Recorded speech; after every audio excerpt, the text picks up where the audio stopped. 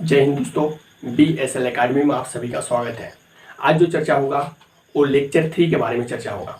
इससे पहले जो है मैं लेक्चर 1 और 2 के बारे में डिस्कस कर चुका हूँ। जियोलॉजी पेपर से रिलेटेड जो भी विद्यार्थी झारखंड से हैं, IC कर रहे हैं और क्लास 12 का फाइनल एग्जाम 2022 में देने वाले हैं, तो उनके लिए विशेष रूप से कोर्स डिज़ाइन किया हूँ। आप ऑनलाइन क्लास से जुड़कर पूरी सिलेबस को अच्छे तरीके से पढ़ सकते हैं। यूट्यूब पे जो आएगा वो एज ए डेमो के रूप में आएगा। कंप्लीट कोर्स पढ़ने के लिए आपको ऑनलाइन क्लास ज्वाइन करना पड़ेगा। तो जो भी विद्यार्थी ऑनलाइन क्लास से जुड़ना चाहते हैं वो डिस्क्रिप्शन बॉक्स में नंबर दिया हुआ रहेगा, वहाँ से आप कांटेक्ट कर सकते हैं। आप जियोलॉजी पेपर से रिलेटेड जो भी आपका क्वेरीज होगा वो आप पूछ सकते हैं। तो पिछले दो वीडियो मैंने चर्चा किया था। पहला वीडियो में कि आखिर जियोलॉजी क्या है, बोले तो भूविज्ञान क्या है। दूसरे लेक्चर में और इनके साथ साथ में चर्चा किया था कि आखिर जियोलॉजी के जनक कौन है, यानी भूविज्ञान का पिता किसे कहा जाता है। दूसरा वीडियो मैंने चर्चा किया था दूसरे लेक्चर में कि जियोलॉजी में आखिर किन ब्रांचों को पढ़ना पड़ता है, आखिर कितने ब्रांच को पढ़ना पड़ता है जियोलॉजी में क्लास 12 के अंडर। इनके अलावा मैंने ये भी चर्चा किया था कि आखिर क्लास 12 के जियोलॉजी पेपर में जिन ब्रांचों को पढ़ना होता है उनमें मार्क्स का डिस्ट्रीब्यूशन किस प्रकार का है, किन ब्रांच से कितने मार्क्स का पूछा जाता है। ये तो था अब तक का चर्चा। आज जो तीसरा लेक्चर में जो चर्चा करूंगा वो है कि जो आपका फर्स्ट ब्रांच है उनके बारे में जो है इंट्रोडक्शन, उनका क्या है, आखिर फर्स्ट ब्रांच उनका नाम क्या है, आखिर उनमें पढ़ना क्या होता है। तो देखिए, चलिए आगे बढ़ते हैं क्लास को लेकर। तो मैं आपको बताया था, थोड़ा सा मैं फ्लैशबैक में जाता हूँ और आखिर आपको पढ़ना क्या है। तो मैं आपको बताया था कि फर्स्ट ब्रांच का जो नाम है वो पेट्रोलॉजी है। पेट्रोलॉजी, इसे हिंदी में शैल विज्ञान कहा जाता है, शैल विज्ञान। दूसरा ब्रांच पैलेंटोलॉजी। तीसरा ब्रांच इकोनॉमिक जियोलॉजी, मैं शॉर्टकट में लिख देता हूँ इकोनॉमिक जियोलॉजी। और चौथा जो ब्रांच है वो आपका स्ट्रैटिग्राफी। आपको ये 4 ब्रांच पढ़ना पड़ता है। इन्हीं 4 ब्रांच मिलाकर 70 नंबर का थ्योरी पूछा जाता है फाइनल एग्जाम में। तो आज जो मैं चर्चा करूंगा पेट्रोलॉजी यानी शैल विज्ञान के बारे में। दूसरा ब्रांच जो है पैलेंटोलॉजी, इसे जीवाश्म विज्ञान कहा जाता है हिंदी में। इकोनॉमिक जियोलॉजी, आर्थिक भूविज्ञान, स्ट्रैटिग्राफी, स्तरित शैल विज्ञान। तो आज जो मैं विशेष रूप से जो चर्चा करूंगा वो है पेट्रोलॉजी, कि आखिर पेट्रोलॉजी किसे कहते हैं, पेट्रोलॉजी में किन का स्टडी होता है। इन सारे बातों को जो है एक एक करके मैं चर्चा करूंगा। तो चलिए आगे बढ़ते हैं। तो शैल विज्ञान, पेट्रोलॉजी, आप जो है इसको माइंड में घुसा लीजिए कि आखिर फर्स्ट ब्रांच का नाम क्या है ना। आप बस माइंड में ऐड कर लीजिए कि फर्स्ट ब्रांच का नाम क्या है। तो पेट्रोलॉजी और हिंदी में क्या, शैल विज्ञान। शैल विज्ञान मैं लिख देता हूं, शैल विज्ञान। मैं पूरी तरह, आप लोग जो है यदि मेरे साथ जुड़ते हैं तो एक बात स्पष्ट रूप से माइंड में घुसा लीजिए कि रटना नहीं है, पूरी तरह समझना है। पढ़ेंगे कम, समझेंगे ज्यादा, है ना। रटने के चक्कर में नहीं रहना है। रटन विद्या घटन बुद्धि। इसलिए आप लोग जो है, बहुत सारे बच्चे ये भी सोचते हैं कि जियोलॉजी क्या है, एग्जाम के टाइम में 10 दिन पढ़ लेंगे, है ना, याद कर लेंगे, रट के चल जाएंगे, एग्जाम दे लेंगे, अच्छा नंबर आ जाएगा। तो इस तरह से आप यदि इस तरह सोच रहे हैं तो बिल्कुल मत सोचिए। यदि जियोलॉजी में भी अच्छा करना है, यदि आप क्लास 12 में अच्छा नंबर प्राप्त करना चाहते हैं तो ऑनलाइन क्लास जो कि एक मिनिमम फी रहेगा, है ना, तो इसमें आप अच्छा कर सकते हैं। थोड़ा मेहनत में, कम समय में, कम मेहनत में आप अच्छा रिजल्ट प्राप्त कर सकते हैं, अच्छा रिजल्ट बना सकते हैं आप। जो कि जियोलॉजी एक ऐसा पेपर है जो कि स्कोरिंग पेपर के रूप में काम करता है, एज ए मैथमेटिक्स की तरह। इसमें भी आप कम मेहनत करके आप ज़्यादा नंबर ला सकते हैं, है ना, जो कि आगे परसेंटेज बनाने में काम आएगा, जो कि स्कोरिंग पेपर के रूप में आगे काम आएगा। तो चलिए आगे बढ़ते हैं। पेट्रोलॉजी यानी शैल विज्ञान, है ना। तो आखिर पेट्रोलॉजी क्या है, इनके बारे में जानते हैं। तो देखिए, पेट्रोलॉजी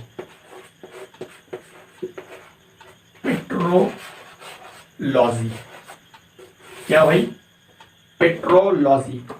ये पेट्रोलॉजी जो है एक ग्रीक वर्ड है। Greek word पेट्रालोगोस।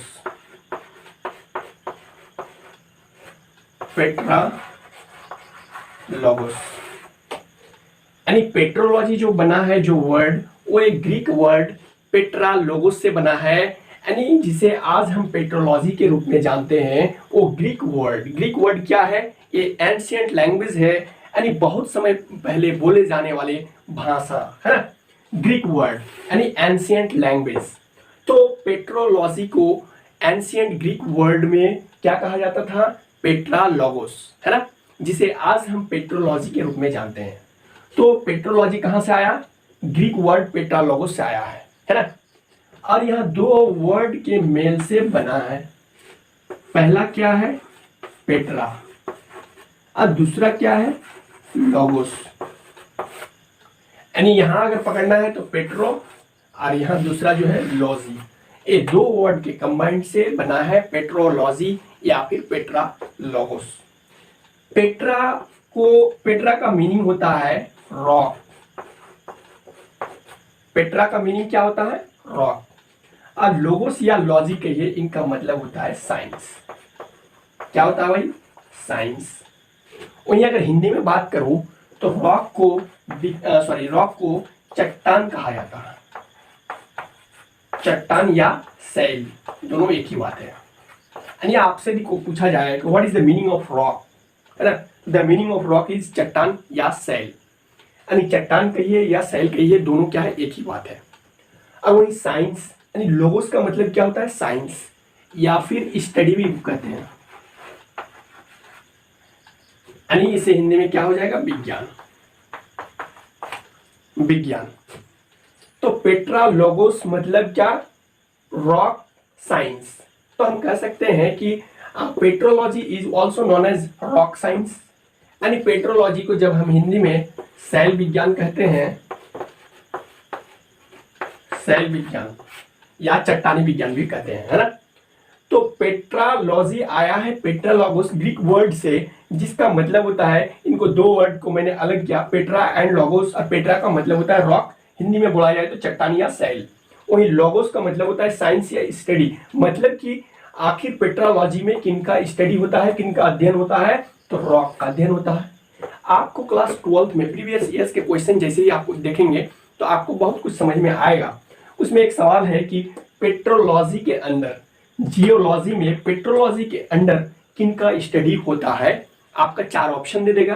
पहला दे देगा रॉक दे देगा, दूसरा ऑप्शन में दे देगा वोल्केनो दे देगा, यानी आपका ज्वालामुखी दे देगा, तीसरा ऑप्शन में दे देगा भूकंप दे देगा, अर्थक्वेक, और चौथा ऑप्शन में दे देगा इनमें से सभी या ये सभी दे देगा। तो यदि आपके माइंड में कंसेप्ट क्लियर रहेगा तो आपको सोचने की जरूरत नहीं पड़ेगा, आपको ज्यादा माइंड लगाने की जरूरत नहीं पड़ेगा, यदि आपके पास कंसेप्ट क्लियर है। इसलिए मैं कहता हूं कि मेरे क्लास से यदि कोई भी बच्चे जुड़ते हैं तो मैं हमेशा सलाह देता हूं कि रटने के चक्कर में ना रहे, पूरी तरह से समझने के चक्कर में रहे। कम पढ़ेंगे, समझेंगे ज्यादा। आप यदि समझ के पढ़ते हैं तो वो लॉन्ग टर्म के लिए मेमोरी में ऐड हो जाता है, लेकिन यदि रट्टू तोता बन के रहते हैं तो वो चीज जो है कुछ क्षण के लिए माइंड में रहता है, फिर जब जरूरत पड़ता है तो उस वक्त काम में नहीं आता है, आप भूल जाते हैं। तो इसलिए कंसेप्ट क्लियर करके पढ़े, समुद्र में गोता लगाने की कोशिश करें, तालाब में नहीं।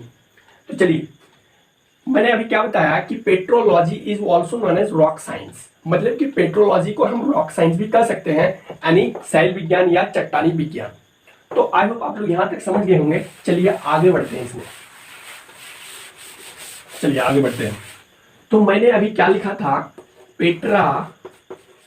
पेट्रा इक्वल टू रॉक, और लोगोस या लॉजी, लोगोस कर दीजिए या लॉजी कर दीजिए, एक ही बात है, साइंस। रॉक साइंस यानी आपका चट्टानी विज्ञान।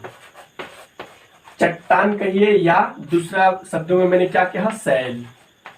सैल कहना, अगर कहीं आपको लिखा हुआ है तो चट्टान भी समझ जाना है, चट्टान लिखा हुआ है तो सैल समझ जाना है ना।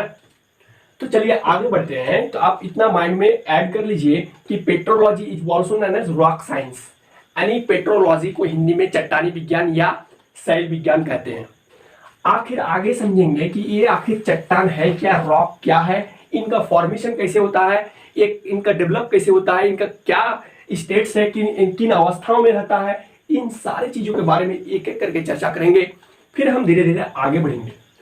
तो पेट्रोलॉजी को समझने से पहले या पेट्रोलॉजी में आगे बढ़ने से पहले आपको इस रॉक शब्द को समझना पड़ेगा कि आखिर रॉक का फॉर्मेशन कैसे होता है, रॉक आखिर किसको हम रॉक कहेंगे, है ना, यानी सैल या चट्टान।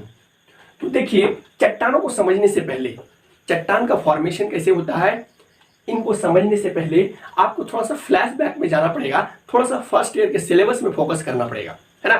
फर्स्ट ईयर के सिलेबस में थोड़ा सा आप लोगों को फोकस करना पड़ेगा, तब आप बेटर तरीके से समझ पाएंगे। तो आपको पेट्रोलॉजी में आगे बढ़ने से पहले आपको रॉक के बारे में जानना जरूरी है। और रॉक को समझने से पहले आपको फर्स्ट ईयर में कुछ फ्लैशबैक में जाकर आपको पढ़ना होगा, वोल्केनो के बारे में जानना होगा, टेक्टोनिक प्लेट्स के बारे में जानना होगा। टेक्टोनिक प्लेट्स, देखिए मैं चाहूंगा तो 2 मिनट में आपको या 1 मिनट में समझा सकता हूं संक्षेप में, लेकिन मैं चाहता हूं कि आपको पूरा डेप्थ में पढ़ाऊं। आपको यदि आप इस समय से अभी से यदि आप डेप्थ में पढ़ते हैं तो जो भी चीज़ आप यहाँ पर पढ़ेंगे वो भविष्य में यदि आप कॉम्पिटिटिव का तैयारी कर रहे हैं या किसी भी किसी भी तैयारी कर रहे हैं आप कॉम्पिटिटिव का, तो उनमें आपको काम आएगा और कंसेप्ट अभी से क्लियर रहेगा। तो उस वक्त जब चीज़ें को देखेंगे तो आसानी से जो है फिर से रिमाइंड हो जाएगा, फिर से माइंड में आ जाएगा, आप जिंदगी भर नहीं भूलेंगे। तो मैं पूरा डेप्थ में लेके जाऊंगा। तो मैं क्या बताया कि रॉक को समझने से पहले, रॉक का फॉर्मेशन कैसे होता है, इनको समझने से पहले आपको टेक्टोनिक प्लेट्स के बारे में जानना होगा, वोल्केनो के बारे में जानना होगा, इनके अलावा अर्थक्वेक के बारे में जानना होगा। अर्थक्वेक के अलावा आपको जानना होगा मैग्मा के बारे में, जानना होगा। इनके अलावा मैग्मा चेंबर के बारे में जानना होगा।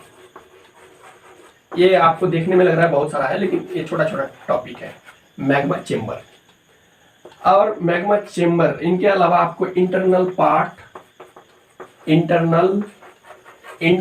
And external part of crust यानी टेक्टोनिक प्लेट्स, इसे हिंदी में विवर्तनिक प्लेट कहा जाता है। वोल्केनो यानी वोल्केनिक, जिसे आप ज्वालामुखी हिंदी में कहते हैं। अर्थक्वेक, जिसे हिंदी में भूकंप कहा जाता है। और मैग्मा, जिसे मैग्मा ही कहा जाता है हिंदी में भी। आखिर मैग्मा क्या है वो मैं आगे बताऊंगा। मैग्मा चेंबर, इसको भी हिंदी में वही मैग्मा चेंबर कहा जाता है। Internal and external part of crust यानी भूसतह के आंतरिक भागों के बारे में जानना पड़ेगा और भूसतह के बाहरी भागों के बारे में जानना पड़ेगा। यदि ये छोटा छोटा इन पॉइंट्स के बारे में जब आप समझ जाएंगे तो पूरी तरह से रॉक्स के बारे में समझ जाएंगे। फिर मैं आगे चर्चा करूंगा कि रॉक्स कितने प्रकार के होता है, यानी how many types of rocks, यानी चट्टाने कितने प्रकार के होता है ना। तो वो मैं आगे के इसमें समझाऊंगा, लेकिन इसलिए मैं बार बार कह रहा हूं कि रॉक्स आप तभी बेटर तरीके से समझ पाएंगे जब इन पॉइंट्स को जब समझ जाएंगे, है ना। टेक्टोनिक प्लेट्स, वोल्केनो यानी वोल्केनिक इरप्शन, अर्थक्वेक यानी भूकंप, magma chamber, internal part and external part of crust, है ना। तो लेक्चर 4 में जो मैं चर्चा करूंगा, क्योंकि एक सेशन में थोड़ा सा लंबा हो जाएगा, आपको भी क्लास बोरिंग लगेगा, इसलिए नेक्स्ट लेक्चर में जो चर्चा करूंगा वो आपका tectonic plates, volcano, earthquake, magma chamber, internal and external part of crust, ये एक लेक्चर में पूरी तरह से खत्म हो जाएगा और रॉक का फॉर्मेशन भी उसी में आ जाएगा। लेक्चर 4 में जो है कंप्लीट हो जाएगा। इसलिए जाते जाते मैं आप लोगों को ये बताना चाह रहा हूं कि यदि आप ऑनलाइन क्लास से जुड़ना चाहते हैं, बहुत जल्द टारगेट 2022 का जो बैच है वो बहुत जल्द स्टार्ट होने वाला है। इसलिए बिना देर किए यदि आपको जियोलॉजी में बेहतर करना है, अच्छे नंबर प्राप्त करना है ना, तो आप जरूर ऑनलाइन क्लास से जुड़िए। आपको 1 से 2 दिन वहां भी डेमो मिलेगा, यूट्यूब में भी मिल रहा है, लाइव क्लास भी डेमो मिलेगा। बेहिजक सवाल पूछिए, आपको कोई भी पॉइंट्स में दिक्कत होता है बेहिजक आप सवाल पूछिए, आपके सवालों का समाधान करने की मैं कोशिश करूंगा, भरपूर कोशिश करूंगा। आपके लिए एनी टाइम जो है मैं हर तरह से आपको गाइड करूंगा।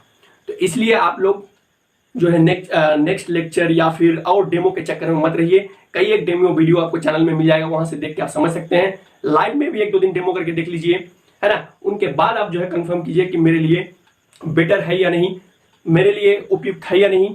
इनके बाद आप डिसीजन लीजिएगा। लेकिन 1-2 लेक्चर जो है आप जरूर देखें, ऑनलाइन क्लास से जुड़िए, कंप्लीट सिलेबस को पढ़िए। तो आई होप आप लोग समझ